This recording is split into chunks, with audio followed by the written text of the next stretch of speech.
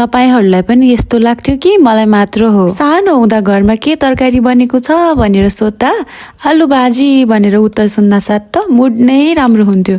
खाना पनि 2 प्लेट मज्जाले खान्थ्यो। तर लौका, फर्सी, करेला, साग, घिरौला जस्ता तरकारी बनेको दिन भने नाक नै खुम्चिन्थ्यो। आज त खाना खानै मन छैन भन्ने फिलिङ आउँथ्यो। अचम्म लाग्छ, यति साधारण परिकार भएर पनि किन हो आलु भाजीको स्वादले घरकै याद दिलाउँछ।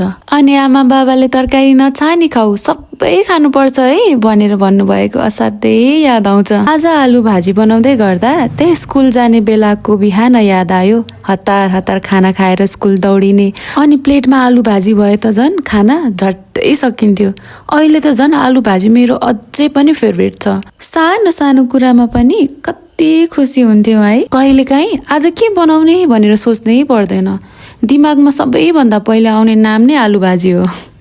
छिटो पनि मिठो पनि। सायद आलु भाजी यति मन पर्थ्यो किनभने त्यसको स्वादसँगै धेरै मिठा सम्झनाहरू जोडिएका छन्। अनि मेरो लागि चाहिँ त्यस्तो एउटा परिकार भनेकै आलु भाजी हो। मलाई त लाग्छ आलु भाजी एउटा तरकारी मात्र होइन, यो त हाम्रो बाल्यकालको एउटा मिठो सम्झना हो। त्यसैले होला आज पनि जति सुकै नयाँ नयाँ परिकार खाए पनि सबैभन्दा पहिले सम्झिने भनेकै आलु भाजी हो।